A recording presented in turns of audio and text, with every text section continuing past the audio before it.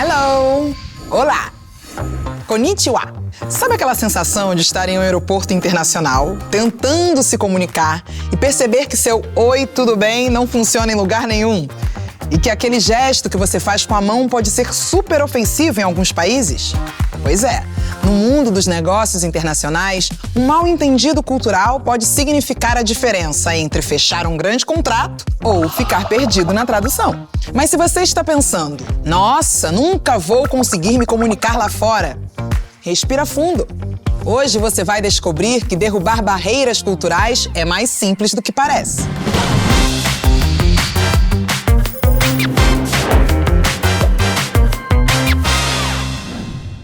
Exportadores e futuros exportadores, sejam muito bem-vindos ao Destino Exportação.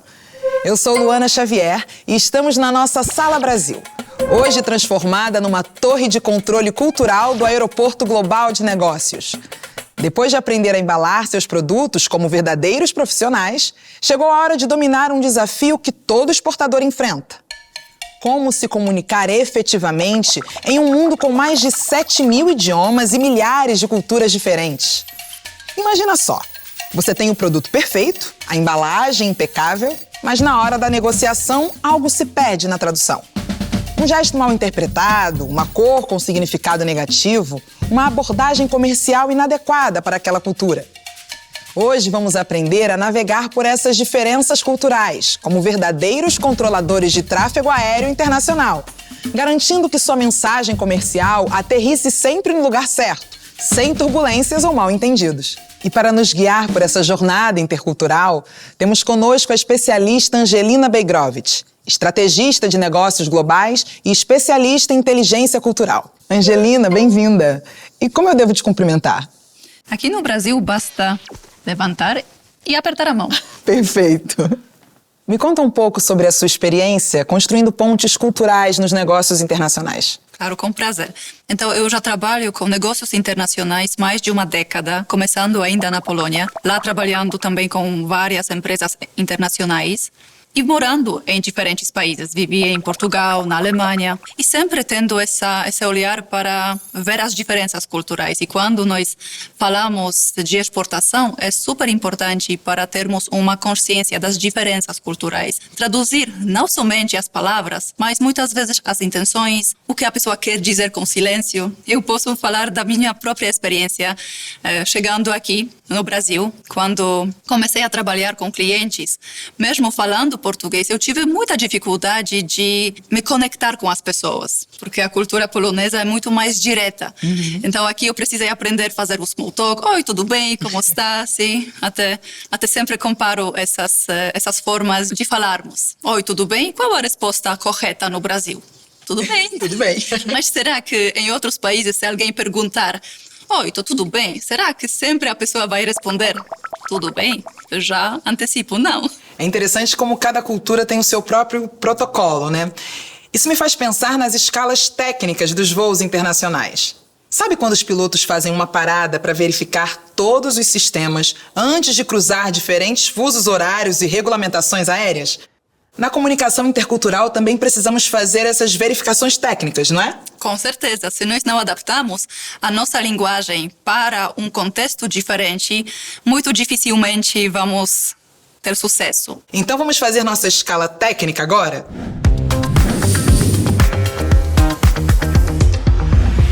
Eu quero entender quais são essas verificações que precisamos fazer antes de começar uma comunicação internacional. Tem muitas, Luana. Principalmente precisamos entender que tipo de comunicação tem no outro país. Por exemplo, no Brasil tem uma comunicação de alto contexto. Ou seja, nós precisamos conhecer um pouco mais a pessoa. Oi, tudo bem? Como está? As palavras não são muito explícitas. É muito importante ter essa abertura e esse cuidado com as palavras, porque a comunicação é mais de alto contexto. Em outros países, como por exemplo Estados Unidos, Alemanha, a comunicação tende a ser mais de baixo contexto. Ou seja, eu preciso ser muito direto, concreto, porque a pessoa preza pelo tempo dela. Nós podemos falar também sobre gestos. Tem gestos que no Brasil são totalmente comuns e todo mundo usa. Eu vou dar um exemplo aqui, joinha, tá tudo bem? Tudo bem. Mas será que esse simples gesto como vai ser percebido no Irã ou no Iraque. Isso vai ser ofendido. Muito parecido com o dedo no meio no Brasil. Então, não usamos esse dedinho aqui em outros países, Irã e Iraque. Outro ponto, a questão do tempo. Tem culturas que, por exemplo, no Brasil, que não prezam tanto pela pontualidade. O tempo é mais flexível. Então, se uma pessoa atrasa 5, 10, 15 minutinhos, não aconteceu grande coisa. Mas será que atrasar na Alemanha ou na Suíça, Na Inglaterra? vai soar bem? Não necessariamente. Então, precisamos prezar por esses detalhes. Então, eu sempre recomendo observar o comportamento da pessoa, se ela fala mais, se ela quer ouvir mais de você e tentar se adaptar a essas circunstâncias. Vamos aprofundar um pouco mais. Angelina, falando especificamente sobre o primeiro contato com o cliente internacional, quais são os principais cuidados que uma empresa brasileira deve ter? Tem várias camadas que podemos abordar aqui. Principalmente, eu recomendo sempre estudar um pouco mais sobre essa cultura, o contexto do país. Por exemplo, se a pessoa dessa cultura tem uma liderança mais hierárquica ou mais igualitária. Em culturas mais hierárquicas, as pessoas tendem a se vestir de forma muito mais formal, ou seja, um vestido mais elegante, com cores adequadas. Agora, as pessoas de culturas mais igualitárias, nós temos aqui o clássico exemplo do Steve Jobs, com sua camisa preta e calça jeans. Então, não prezam tanto pela formalidade.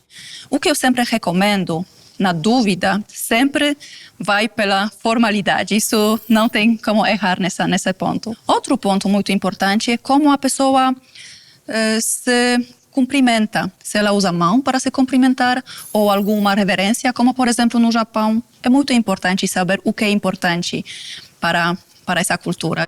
Lembre-se, você nunca tem uma segunda chance de causar uma primeira impressão. Angelina, eu quero te pedir, assim, baseada na sua experiência, se você puder trazer 3 dicas que você acha fundamentais para quem está assistindo esse nosso vídeo. Muito boa pergunta. Então, primeira dica seria observar. Observar bem a pessoa, como se comporta. Então, observação e curiosidade.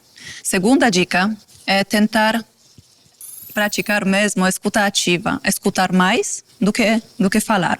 Eu recomendo também literatura sobre diferenças culturais. Hoje em dia podemos encontrar no mercado vários livros e várias matérias sobre esse tema. Inclusive, eu no ano passado... O livro da Angelina Beigrovich.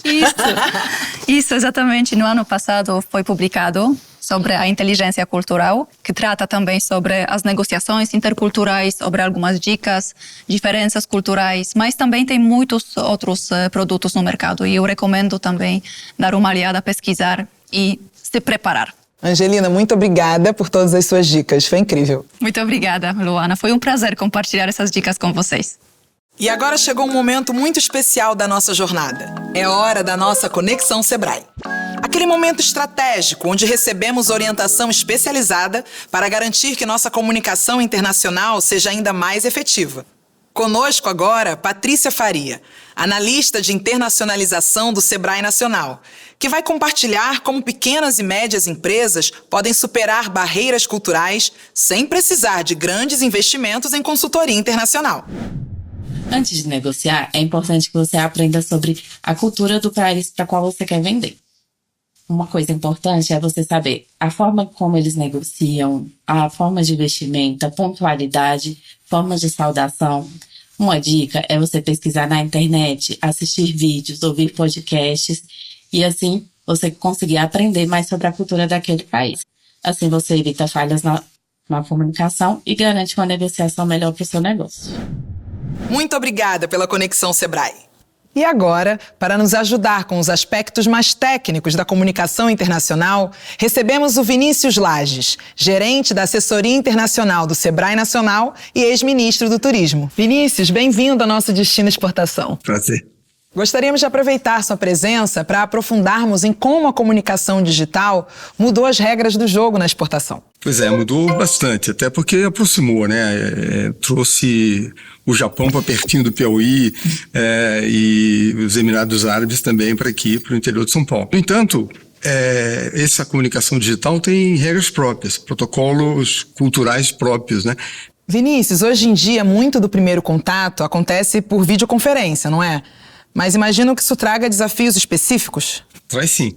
E não só videoconferência. Às vezes você tem um e-mail antes, outro WhatsApp, outras formas de comunicação que vão culminar numa videoconferência, numa videocall. Cada contexto cultural requer uma preparação específica. Não é só a linguagem verbal, o idioma, né? Mas o fundo da tela, os tempos, respeitar os tempos de comunicação de cada cultura que você está trabalhando, o silêncio. Muitas culturas na Ásia, Japão, Coreia, tem um tempo de resposta, tem um tempo de processar aquilo. Na teoria, sabemos que precisamos nos comunicar bem, mas na prática, como fazer isso funcionar em uma chamada internacional? Como todo processo de comunicação, e a gente já tocou no tema planejamento, é se preparar. Né? Não dá para você entrar numa videoconferência achando que é uma conversa de botequim ou que é uma conversa que não requer uma pauta, os temas específicos. Se for uma primeira abordagem, né, ela tem que ser a mais facilitadora possível, né, de um engajamento desse relacionamento. Então vamos fazer uma demonstração prática?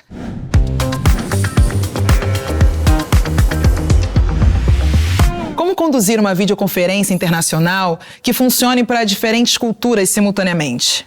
Eu não recomendaria simultaneamente, se você está querendo fazer a promoção do seu produto e tal, fazer isso de maneira genérica para a Ásia, para a África, para a Europa ou para o Oriente Médio. Nesse processo de comunicação, quer seja interpessoal, presencial ou mediado por uma plataforma digital, é importante que a gente não imagine que a gente vai estar fazendo uma tradução do nosso jeito de fazer negócio, mesmo que seja em inglês, né, e o outro vai entender. É preciso fazer uma tradução cultural dessa abordagem, desse processo de negociação, de fechamento de contratos, de acompanhamento, follow-up de negociações já estabelecidas. Sempre observar, para cada cultura tem um tempo de fala, cada cultura tem um sentido do silêncio, cada cultura tem contexto de cores, a forma como você trata as pessoas, as questões de hierarquia. Então, tudo isso vale para o mundo digital, né? Mas tem regras próprias, tem preparação.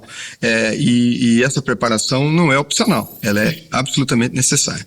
Ótimas colocações. Sempre que viajo, volto com a bagagem cheia de experiências incríveis sobre como a comunicação digital conecta pessoas de culturas completamente diferentes.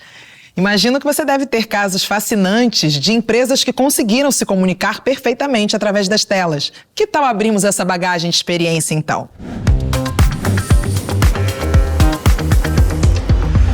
Tenho certeza que nossos espectadores adorariam conhecer casos reais. Tem uns casos muito interessantes. Por exemplo, um empreendedor da área de TI, né, que tentando vender e apresentar seu produto para o mercado japonês, fez uma apresentação super detalhada, cheia de animação, né, até usando um certo humor, né, numa velocidade muito grande e tal, e tudo isso não foi bem recebido pelos interlocutores japoneses, né? Então ele teve que refazer tudo isso, né? Apresentar de uma forma mais pausada, né? O tempo dessa apresentação ficou, portanto, mais ajustado culturalmente ao que seria apropriado ali. E aí foi possível detalhar um pouco mais as funcionalidades do software e tal, e terminaram conseguindo fechar o negócio. Mas a primeira tentativa foi frustrante, né? E aí, por último, e esse também é muito comum, a gente imaginar que vender frutas, vender chocolate, vender açaí, vender proteína animal, né, para determinados contextos, é a mesma coisa. Todo mundo vai comprar do mesmo jeito. Não, em diversas regiões do mundo, por exemplo, nesse caso específico, um empreendedor que estava tentando vender para a Arábia Saudita alimentos, né? Lá você tem requisitos da certificação halal, né? Como você tem kosher para o mundo judaico, no caso do mundo muçulmano, requer. E não é só na Arábia Saudita, seria em todo o Oriente Médio, a Índia, por exemplo, são 200 milhões de muçulmanos. Então, se você estiver tratando com uma parte da Índia que é muçulmana e que pode exigir certificações halal, é preciso ter cuidado. E ele não só descuidou desse conhecimento sobre o que é essa certificação, mas também fez uma apresentação considerando uma série de fundamentos da cultura muçulmana e islâmica, e nesse sentido ele perdeu completamente o interlocutor. Foi preciso fazer um aprofundamento, entender melhor a certificação, saber por que isso existe no contexto de uma religião. Então, fazendo uma apresentação mais cuidadosa, trazendo inclusive o interlocutor conhecedor da região, foi possível ele fechar negócio. O segredo? Cada empresa parou de tentar traduzir seu jeito brasileiro e começou a falar a língua cultural de cada mercado.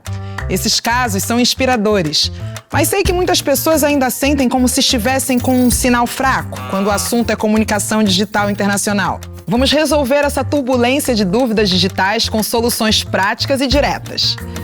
Vinícius, prepare-se para responder rapidamente as questões mais comuns sobre comunicação intercultural.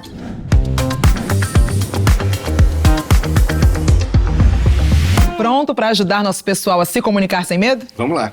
Vamos nessa. Preciso dominar várias línguas para me comunicar no exterior? Não necessariamente. É evidente que a língua é uma das barreiras, mas há outro contexto ligado à linguagem, a forma, o tempo, né?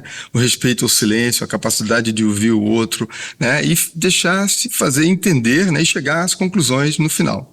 Como saber se estou sendo culturalmente apropriado sem estudar profundamente cada país? Profundamente, ninguém nunca precisa entender numa abordagem que vai ser construída de um longo prazo. Então, é entender isso como um processo, uma jornada, ter essa boa vontade de aprender, né, ter um processo de imersão mínima naquele destino que você está querendo exportar, precisa você conhecer um pouco, mas não necessariamente aprofundado, né, mas ter essa tolerância e essa compreensão clara de que é um processo que você vai aprendendo pouco a pouco e daqui a pouco você vai se sentir mais à vontade, cometer menos erros, né, entender melhor o seu interlocutor.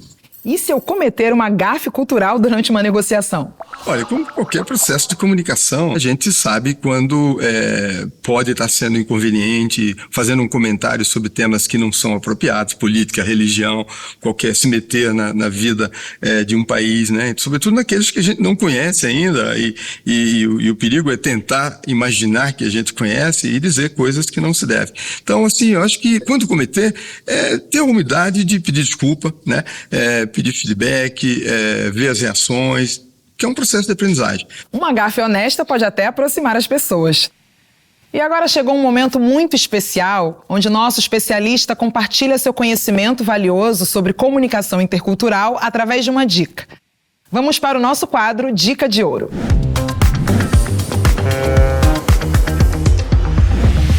Vinícius, qual é o erro mais grave que você vê as empresas brasileiras cometerem na comunicação intercultural? Essa questão da inteligência cultural, essa capacidade de se comunicar em diferentes contextos culturais, sobretudo no mundo dos negócios, por isso que a importância desse programa que a PEC, Sebrae desenvolve, de preparar o empresário para ele entender que tanto quanto pesquisar sobre mercados, especificações de produtos e serviços, esse tema da preparação cultural é fundamental. Então, a preparação acima de tudo. No ponto de vista digital, dos protocolos, das regras que eu falava próprias, é fazer copia e cola. Você faz uma apresentação para a França, bem sucedida, você imagina que você pode virar para a África ou para aqui, para a América Latina, que vai dar tudo certo. E mesmo na América Latina, mesmo na América do Sul ou na América Central, cada país tem um contexto distinto. Não faça tábua rasa e entender, é tudo latino, tudo hermano. Não, cada um tem a sua especificidade. Então esse copia-cola é muito perigoso e o achismo também é muito perigoso.